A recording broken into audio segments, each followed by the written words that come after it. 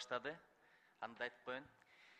Эми биринчи маселе. Россияга барса эле асмандан жамгыр болуп доллар жаап аткандай 11-де өткөн балдар паспорт алары менен кетип калып атышат. Ата-энеси жибербей атат, ойлонбой туруп эле. Бирок адебиз бу дейбиз 6 айдын ичинде өткөн жылы наркотикалык заттарды таратты, сатты, даярдады деп туруп 201 бала кармалыптыр.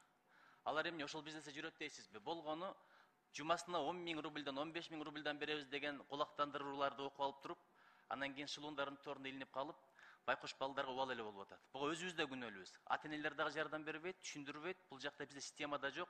Ошон үчүн мигранттардын укуктуу аң сезимин даярдоо боюнча бир системаны ойлонуп табыш керек. Биз да качканга даярбыз. Керек болсо волонтерлорду тарталы.